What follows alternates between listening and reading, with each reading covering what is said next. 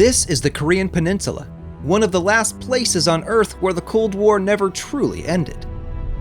For decades, a line drawn across the 38th parallel has been splitting this land in two. To the south lies modern South Korea, home to the K-pop and billion-dollar chaebol conglomerates. To the north is the reclusive North Korea, which usually makes headlines only for missile launches or tensions with the United States. More than half a century has passed since the world watched Germany reunite and Vietnam become whole again. Yet, the two Koreas remain divided.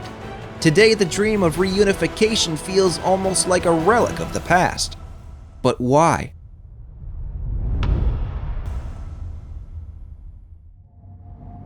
Imagine you're a young South Korean.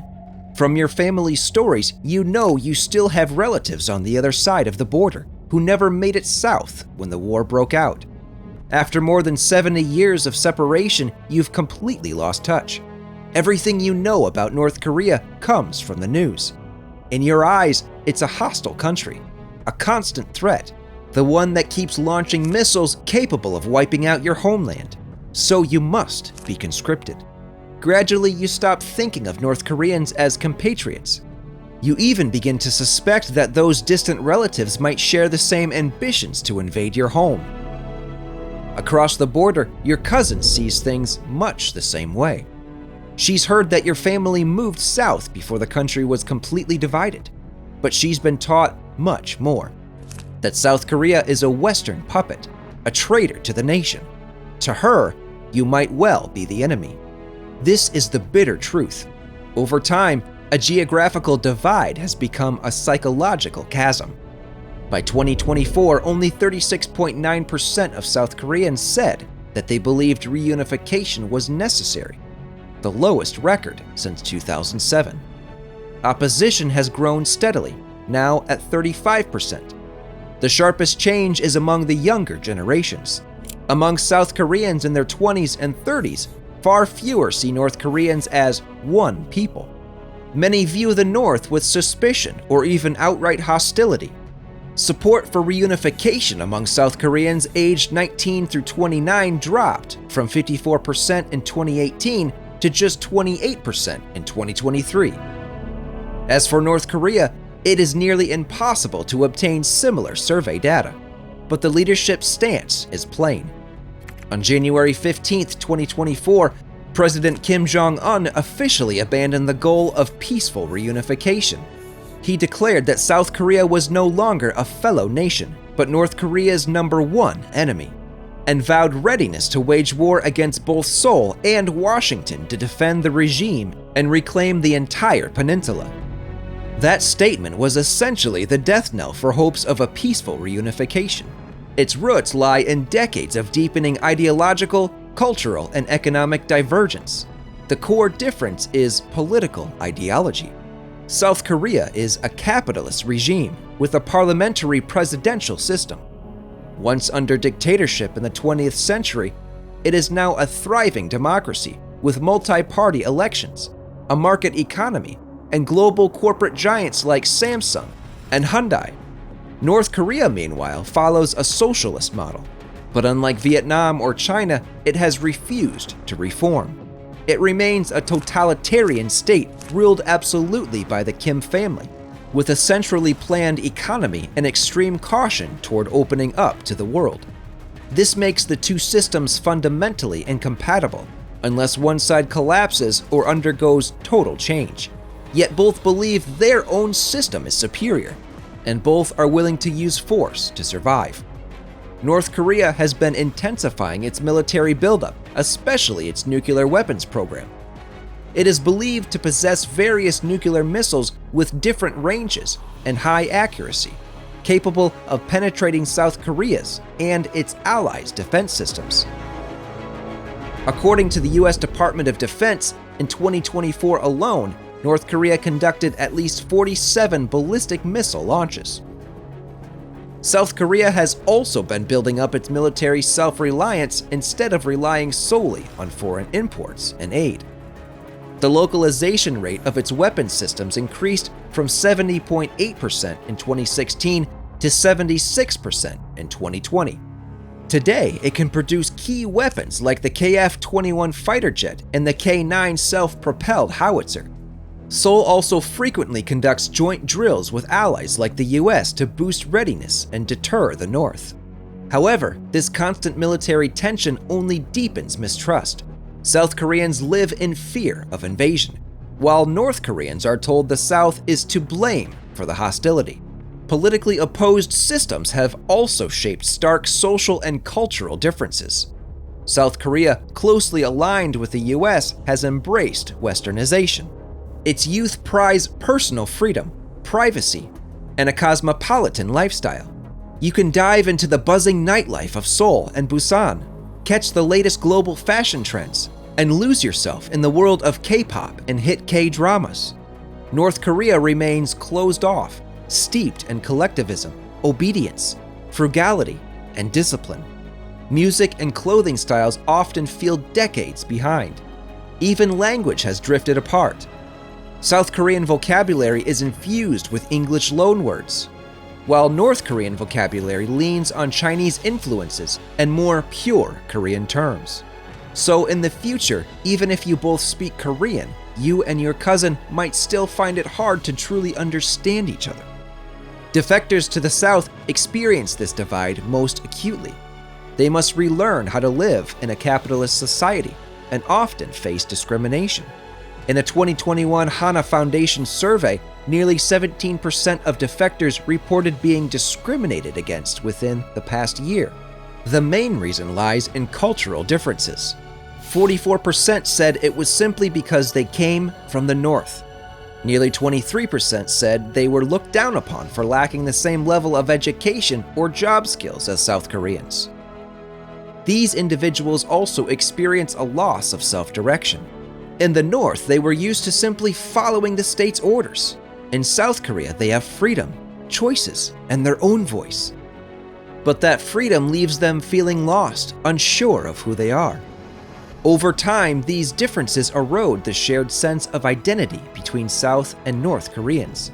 If the separation continues, the two peoples may come to see themselves as entirely different nations, and reunification will feel more like a burden than a dream.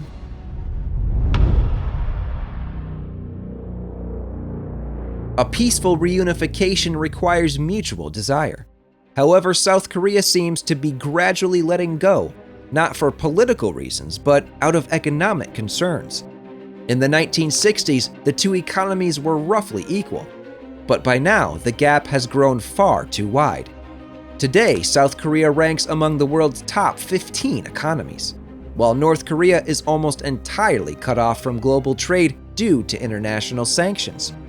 We don't have precise economic data on North Korean economy. However, reality shows that the country still maintains a centralized model, heavily reliant on China and Russia. From publicly released images, it's clear that North Korea invests mainly in Pyongyang and a few other strategic locations. The rest remains largely poor and undeveloped rural areas. If reunification were to happen, South Korea would have to spend trillions of US dollars to support the North. According to Citi's 2018 analysis, simply restoring infrastructure would require over 63 billion US dollars, including 24.1 billion US dollars for railways, 22.8 billion US dollars for roads, and 10 billion US dollars for power plants. The initial emergency spending alone was estimated at 11.6 billion US dollars. These are colossal figures, enough to weigh down even the strongest economies. The lesson from Germany's reunification in 1990 remains relevant. At the time, West Germany had to spend nearly 2 trillion US dollars to revive the East. Even today, unemployment rates in the former East remain higher than in the West. As of 2020, average incomes in the eastern states were only 73% of those in the West. This shows that reunification would not only create budgetary strain, but also bring lasting consequences. Beyond economics, South Korea's social welfare system could also be shaken. In theory, reunification might open many opportunities, such as a source of cheap labor, abundant natural resources, and a new promising market. But reality tells another story. Millions of North Koreans could pour into the South in search of jobs, disrupting the labor market and placing massive pressure on already overburdened healthcare, education, and housing systems. Meanwhile, decades of separation have created vast differences in mindset, culture, and skill levels, which could lead to simmering tensions and social conflict. North Koreans have never experienced a market economy. Training them to adapt would require enormous time and resources. In a context where South Korea's younger generations are already struggling with unemployment, soaring housing prices, and an uncertain future, the dream of reunification could end up crushing their prospects entirely. In theory, the reunification of the Korean Peninsula is something everyone supports. It promises to bring peace and stability to the entire region. In reality, however, the major powers have little genuine interest in making it happen. The peninsula has long been a geopolitical chessboard for the United States, China, Russia, and Japan, with Washington and Beijing as the two main players. Neither wants reunification because, in any scenario, neither side would reap absolute gains. In the first scenario, Seoul leads the reunification process. For South Koreans, this would be welcome news. For Beijing, however, it would be a nightmare, tilting the entire peninsula toward Washington. That would break China's eastern security belt, placing US military bases right on its doorstep. It would also all but cut off Beijing's access to the sea, surrounded by US allies and partners. On top of that, the sudden collapse of the North could send millions of refugees flooding across the Yalu River, threatening China's domestic stability. Yet Washington would not enjoy a complete win either, because a cornered Beijing would push back hard to survive. China could step up pressure in the areas where US influence is not yet absolute, such as the South China Sea and Taiwan, as well as in trade and technology. Thus, for Beijing, maintaining the status quo is the safest choice. It could preserve its strategic buffer while keeping a bargaining chip to contain the United States. For the second scenario, Pyongyang won. Your cousin in the north would be thrilled. But this is the scenario Washington fears most. It would lose South Korea, both a military springboard toward China and Russia, and a top economic and technological ally in East Asia. The US-Japan-South Korea defense network would be broken. Like China, the United States prefers the current status quo, a divided but stable peninsula where it holds the upper hand.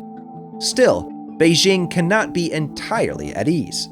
A reunified Korea that retains nuclear weapons would become an unpredictable force, potentially acting outside China's control.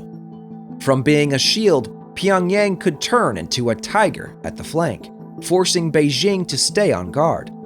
However, a neutral, reunified Korea would also unsettle both Washington and Beijing. If the two Koreas managed to unite peacefully, the new nation could emerge as a regional middle power. The South already boasts a developed economy, while the North holds significant military strength and mineral resources worth up to $10 trillion. A strong, independent Korea could be harder for the great powers to influence. They are free to chart their own course as Germany and Vietnam once did. Such a country might align with neither side, forcing both the US and China to spend more resources competing for influence, and risking the possibility that it could lean toward the other. Consequently, the current division between North and South Korea functions like a silent agreement between the two superpowers. Each tolerates the other's dominance within its sphere as long as the balance of power is not upset.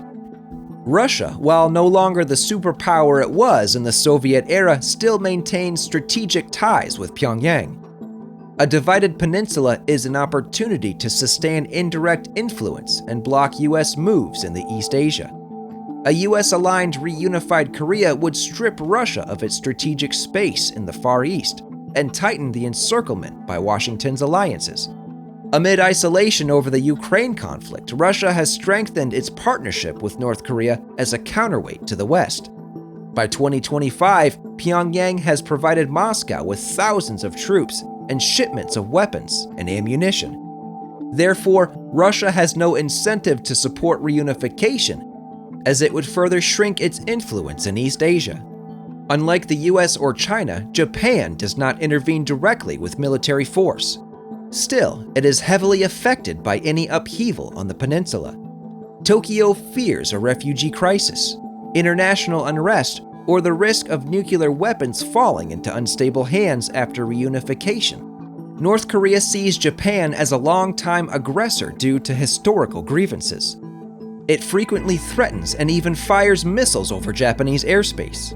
Moreover, a unified and powerful Korea would be a formidable economic rival, challenging Tokyo's position. As a result, Japan takes a cautious approach, supporting inter-Korean dialogue but resisting a reunification process that moves too quickly. Ironically, the very nations with the power to drive reunification are the ones quietly holding it back. They fear losing influence and control over this strategic chessboard. A reunified Korea could upend the regional order they have painstakingly built. As long as the game remains in the hands of these external powers, the dream of reunification for both North and South Koreans will remain an illusion. When the two Koreans parted, many thought it would be temporary. But decades later, temporary has become permanent.